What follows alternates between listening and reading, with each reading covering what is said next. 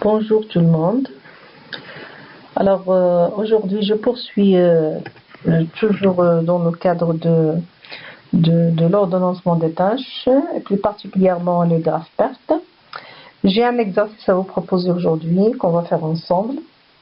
Mais avant de commencer, je voudrais vous rappeler que dans le cadre de la gestion des projets du travail collaboratif, l'organisation du travail en équipe nécessite une connaissance de l'enchaînement des tâches dans leur ensemble et l'utilisation d'outils d'organisation performants.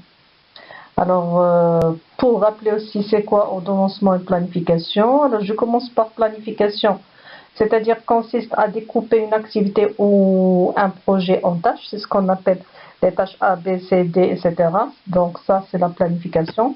À prévoir pour chacune le début et la fin et repérer les antériorités. On a déjà dit les contraintes d'antériorité, c'est-à-dire une tâche ne peut pas être réalisée sans la réalisation de la tâche précédente. Pour l'ordonnancement, lorsqu'on dit ordonnancement des tâches, c'est positionner dans un ordre logique les tâches dans le respect des antériorités, c'est-à-dire je dois les positionner en suivant un ordre. Et bien sûr, n'oubliez pas les antériorités. L'objectif est d'atteindre une organisation optimale en tenant compte des contraintes. Bien sûr, les contraintes d'antériorité, voilà. Alors, je commence avec vous l'exercice. C'est aussi un exercice simple que je vous demande de prendre en capture d'écran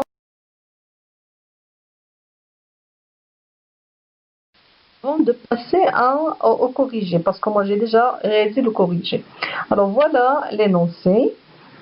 Alors, vous avez un tableau avec des tâches, des antériorités et de la durée. Tant qu'on a les antériorités, à vrai dire, il n'y a pas de problème concernant la réalisation du graphe perte.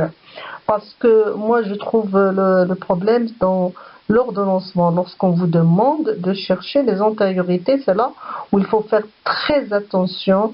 Il y a une logique à suivre.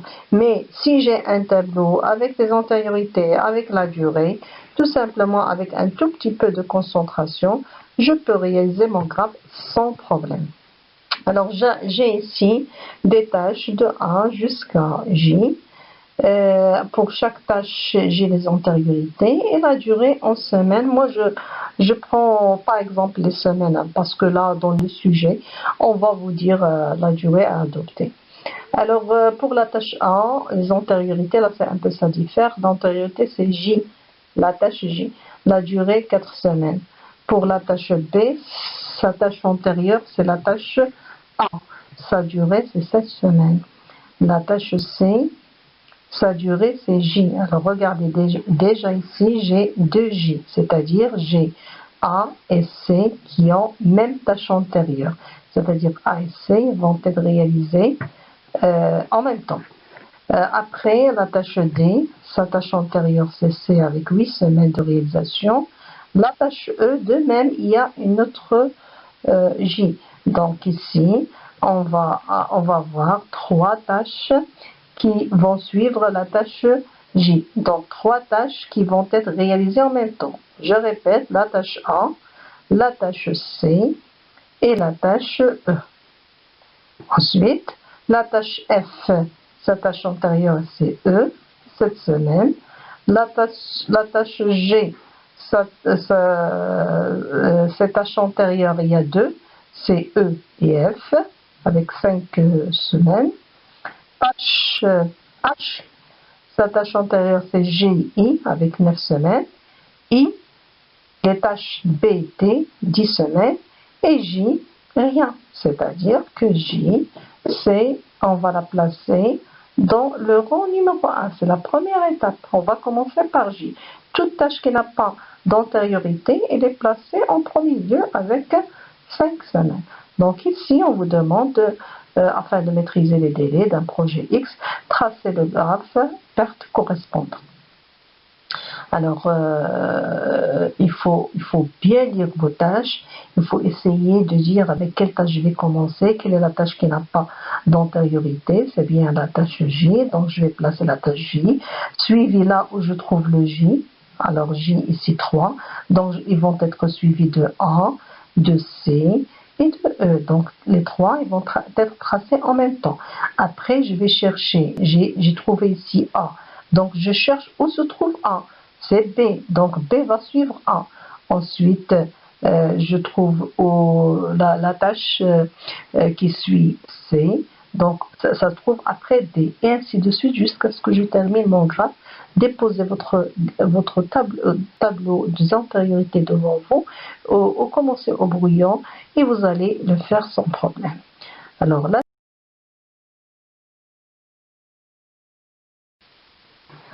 alors voilà qu'est-ce que ça donne. Donc, qu'est-ce que j'ai fait? Vous avez le tableau pour un rappel. Je l'ai pris ici pour ne pas faire d'erreur. Donc, regardez avec moi la tâche qui n'a pas d'antériorité. C'est bien J. Voilà, je commence 1, 2. Entre les deux étapes, je place une flèche et je mets au-dessus la tâche J avec la durée. Et au début, regardez, 0. C'est la durée, c'est nul au début, on n'a pas de durée. Donc J plus 5, ça donne 5. Ici, j'ai oublié de le mettre en vert, 5. Donc on est à 5 semaines, c'est-à-dire à la fin de J, on doit être à 5 semaines. Alors, quelles sont les tâches qui suivent, qui ont pour tâche antérieure J? Regardez toujours dans le tableau, c'est bien A, C et E, c'est ce qu'on a au tableau. Donc je place A, C et E. Pour chacune, je mets A, c'est bien 4 semaines, c'est bien ça? Oui. Alors, C, 6 semaines, E, 6 semaines. Donc, je place les 3 et après, je vais voir dans le tableau quelles sont les tâches qui ont pour tâche antérieure A. Je commence par A. Alors, lorsque je vois les tâches qui ont pour tâche antérieure A, c'est B. Donc, je place directement B. C'est clair. Ensuite, je vais voir la tâche qui a pour tâche antérieure C. Donc, c'est D. Donc, je place D. Mais attention, je trouve en bas que D et B, ce sont des tâches antérieures de J. Donc, voilà. I, il a pour tâche antérieure D, B et D. Donc, les deux, ils vont converger vers le I. Il y a une autre possibilité, on peut faire une tâche fictive entre B et D et aller vers I. Les deux sont valables, les deux sont justes, parce que la tâche fictive, c'est une tâche dont la durée, il est nulle. C'est tout simplement une flèche pointillée qui permet de passer d'une tâche à une autre. Ce sont deux tâches qui se font en même temps. Alors, après, qui est la tâche qui a pour tâche antérieure E, c'est bien F. Donc, je place F. D'accord? Ensuite, on a dit que B et D, ils convergent vers le I. Regardez le tableau. Ensuite, vous avez pour F, G et la pour tâche antérieure EF. Donc, EF, voilà. Voilà la tâche G. Et ils convergent I et J. Regardez IJ vers H. Donc, H est la pour tâche antérieure IJ. La même chose ici. Si je descends une flèche de I vers le J, une flèche pointillée, et aller vers le H, c'est juste. C'est ce qu'on appelle, comme j'ai dit tout à l'heure, la tâche fictive. Donc, les deux convergent vers le H et après, je place la dernière tâche H dans la durée et 9 semaines. Alors, une fois que je termine la réalisation, qu'est-ce que j'ai fait? Je calcule la durée. Alors, faites attention au calcul. Donc, ici, 0 plus 5, c'est 5. 5 plus 4, ici vers le 4, c'est 9 semaines. 5 plus 6, c'est 11. 5 plus 6 de la tâche C. Et 5 plus 6 de la tâche E. c'est 11. Donc, la durée, ces durées-là, ils se font en même temps. On a A, il est égal à 4 semaines, C, c'est 6 semaines, et E, 6 semaines. Donc, on a calculé la durée. En vert, vous avez la durée. Après, je termine. Vous avez ici 9 plus 7. Normalement, c'est combien? 16. Mais attendez, parce que ici, vous avez un I qui converge, c'est-à-dire que I ne peut pas être réalisé sans la réalisation des deux, c'est-à-dire la tâche D et la tâche B. Regardez le tableau. Vous avez I et là pour tâche antérieure B et D. Donc, même si on termine ici à 16, à 16 semaines, on doit attendre la tâche B. Pourquoi la tâche B? Parce que déjà ici, on a 11 semaines. Ok? 11 plus 8, c'est 19. C'est pourquoi on a barré 16 et on a mis 19. Ici, il y a une marge libre. Parce que ce sont deux tâches qui se font en même temps, ils convergent vers la même tâche et on ne peut pas réaliser, on ne peut pas passer directement à I, c'est-à-dire B ne peut pas passer à la tâche I sans la tâche D. Donc il doit attendre jusqu'à ce qu'on termine 19 semaines pour aller à la tâche I. Donc déjà ici, on a une marge libre de 3 semaines. Alors ici, avec U, on converge avec G vers le H. Mais faites attention à la même chose ici. Regardez, ici j'ai 11 plus 18, c'est 29. Voilà 29. Pourquoi j'ai barré 23? Parce que ici 19,